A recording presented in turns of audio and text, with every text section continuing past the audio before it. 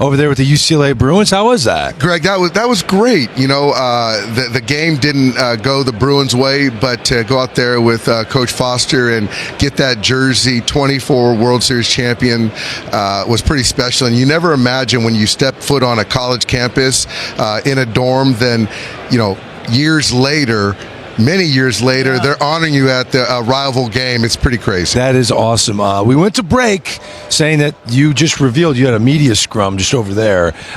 Some news regarding Shohei Ohtani and his status pitching this year. Oh, no. The question was asked, is he going to start in the Tokyo series? And my thought was it's just going to be too early of a ramp up, and you know, there's a innings limit, a workload management part, so to think he's going to go wire to wire from Tokyo March through the end of October is hard to imagine without a stoppage in the middle of the season. So it's one of those things that it's right around the corner, but we'll read and react. Hey Dave, before we jump into reality of now, you got to turn the page and start focusing on this year. I always felt like the most magical baseball moments are the ones that are most personal. So when you look back at this, could you mind sharing with us like the ones that were most personal to you through this journey? Oh my gosh, Dan. Or the one that really stuck out? You know, I think the one that stood out the most, There's two, and I've never even talked about this, but I'll tell this publicly, which I can't believe I'm even saying this, is before Game 1 in the World Series, Kike Hernandez told me, after this series, you're going to the Hall of Fame. So that's something that just blew my mind, and I didn't even think about that, and he was doing this and saying that for me. And the other one was in Game 5, going out to the mound to put hands on Blake Trinan and look him in the eye and says that he's got enough to get Stanton. And, you know, me on the top step thinking, am I going to let him take that next hitter, get the next hitter, and then Freddie looking at me at first base going, just stay there. Let Blake throw 60 pitches. And I listened to my first baseman and stood down, and Freddie made the right call. Well, that's what you do. You could totally tell that you guys came together in a way and had some fire. I'm going to take you back one series or a couple series before that in the San Diego series. You guys backs against the wall. Stuff's getting wild at Dodger Stadium. Manny throws that ball at the dugout. It seemed to me then and there, and then shortly after in the reaction of your team, something shifted in a way there, and you guys stood tall from there on out. Jake, you're right, and I think that you guys that have followed the postseason and kind of my tenor, my tone, the theme of a street fight. And the Padres are a gritty, tough, talented group, and they like that dog mentality, and everyone knows it, and it's not an insult, and that's something that they feed off of.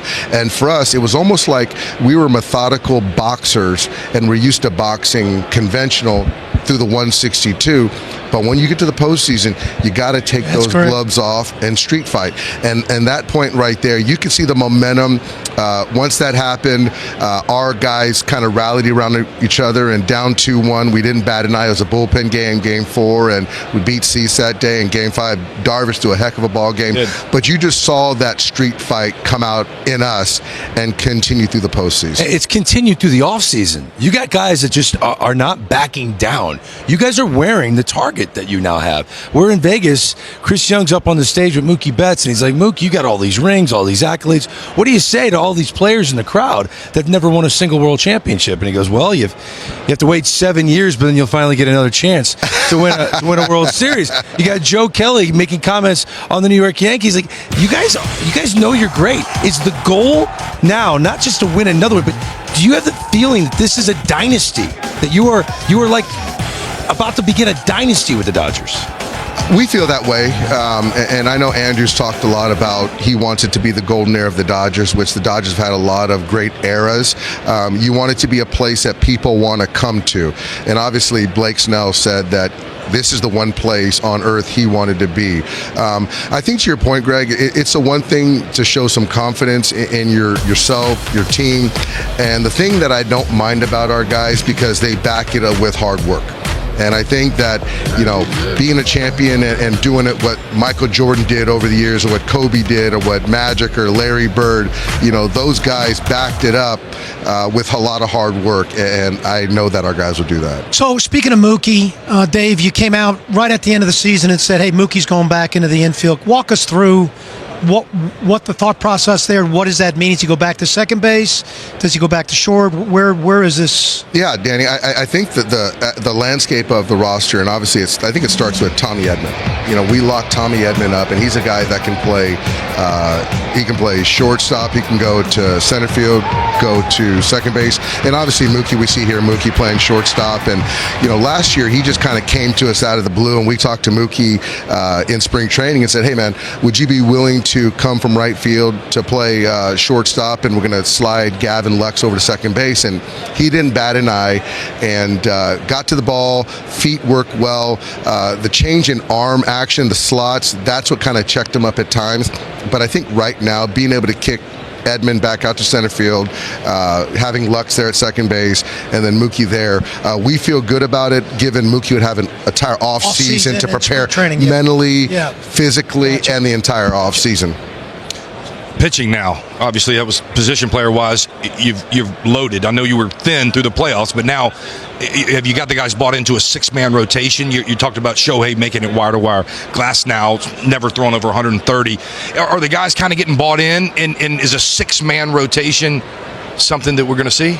I think that, once Shohei gets back, I think that that's going to be 6-man or 6-day. And then Yoshinobu, I think we did a great job keeping him on his schedule. I think the guy we just signed might have a problem with it, Blake Snell, as far as kind of what he's used to. So obviously we're going to have some conversations, because I think it's just, to your point, Jake, guys have bought into, hey, 28 starts versus 31 starts, it's not that big of a deal, and that extra rest will keep you frisky throughout October. And I do think that we've had enough of a sample size from certain guys that they felt stronger going into the season. We get Tyler Glasnow back, so I think giving him extra days at times will also help. So I think that kind of who we have will line that up.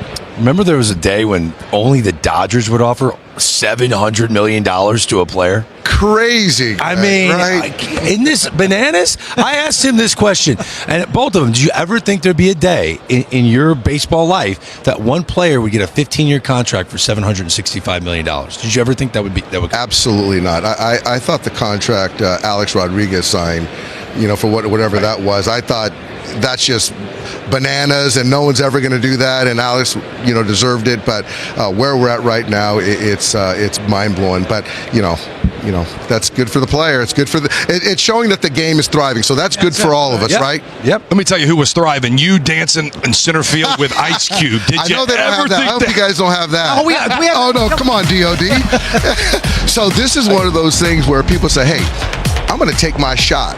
And so I'm sitting there going into Dodger Stadium, and I'm in center field, and I'm talking to Lon Rosen, and we're looking at Ice Cube, and I'm like, Lon, that is like my childhood guy when I had my 1988 Toyota Tercel and my 8-inch speakers in the trunk, and then it's blowing my license plate thing, right? And I'm listening to NW and Ice Cube, and I'm going out there. That's my shot.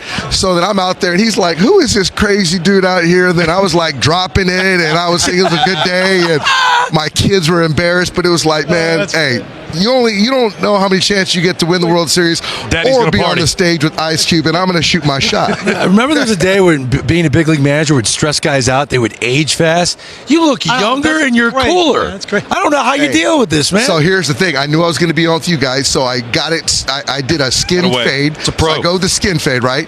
And then I shave so you don't see the gray. So you don't see the goatee anymore, Greg.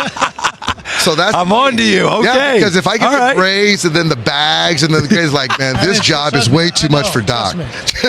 Dave Roberts, you're a pure joy, man. The Dodgers, they got a good one in you. Thank you. Congratulations on the World Series. Pete, good to be back on stage with you, man. Absolutely. My guy. And oh, by the way, Kike was right. Thank you. Kike was right. Thank you. Dave Roberts, everyone. Dodgers planning a Masterstroke Nolan Arenado trade in sight? Hey there, Dodger Nation. The offseason is heating up, and today we've got rumors that could change the trajectory of the upcoming season. Imagine this, the reigning World Series champions adding another superstar to the roster straight out of Southern California. But before I reveal all the details, I want to hear from you. Would this trade make the Dodgers the most dominant team in MLB, or is the price too steep to pay? Drop your thoughts in the comments, share this video with your fellow Dodgers fans, and, of course, subscribe to the channel to keep up with every twist of this offseason drama. Now, let's dive into what's shaking up the baseball world. Nolan Arenado to the Dodgers? A rumor gaining traction. According to MLB insiders like ESPN's Buster Olney, the Dodgers are one of the teams that could pull off a blockbuster trade for Cardinals third baseman Nolan Arenado. The challenge? Arenado has 3 years left on his contract, totaling $74 million, plus a full no-trade clause. But here's the intriguing part. Arenado, a Southern California native, might be willing to waive that clause to join the reigning World Series champions and chase his long-awaited championship ring. What's on the line? The proposed trade would involve the Dodgers sending Chris Taylor to the Cardinals. Taylor, while a team icon and the 2017 NLCS MVP, had a down year in 2024, batting just .202 with a negative WAR of -0.1. Arenado, on the other hand, even in a season slightly below his standards, delivered solid numbers, a .272 average, 16 home runs, and a 2.5 WAR. Arenado is also a 10-time Gold Glove winner and an 8-time All-Star.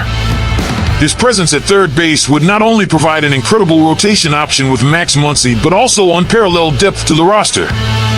With Muncy dealing with physical issues and Freddie Freeman recovering from ankle surgery, Arenado could be the perfect insurance policy.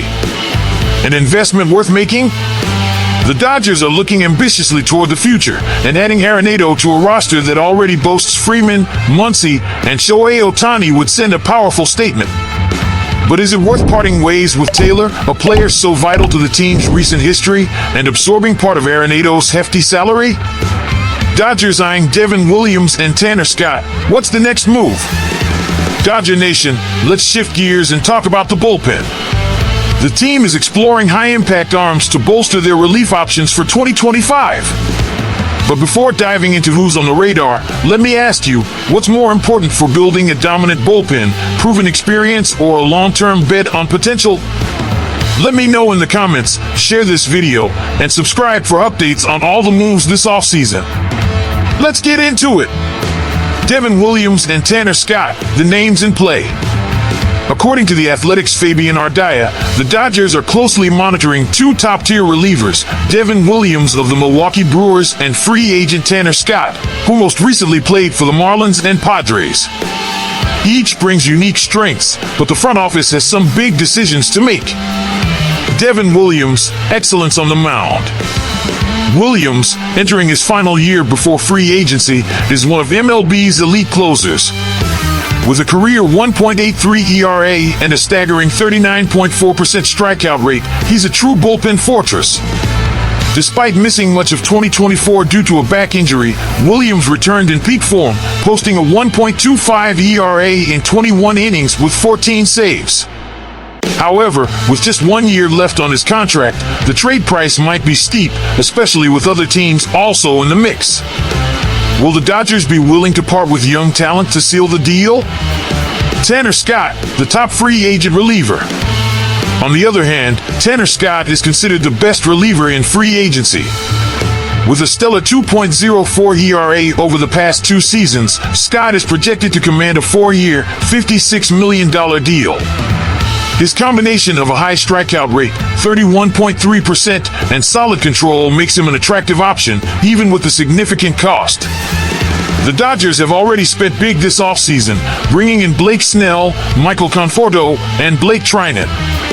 Could Scott be the final piece to solidify an elite bullpen? What's the next step? With options like Williams and Scott on the table, the front office must decide, take a calculated risk in a trade with the Brewers or go all in with a major free agent signing?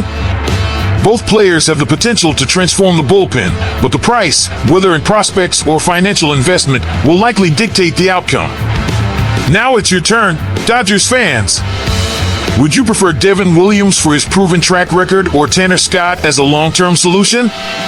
Drop your answers in the comments, share this video with fellow fans, and don't forget to hit that subscribe button for more updates on this thrilling offseason. Let's go, Dodger Nation. Go Dodgers!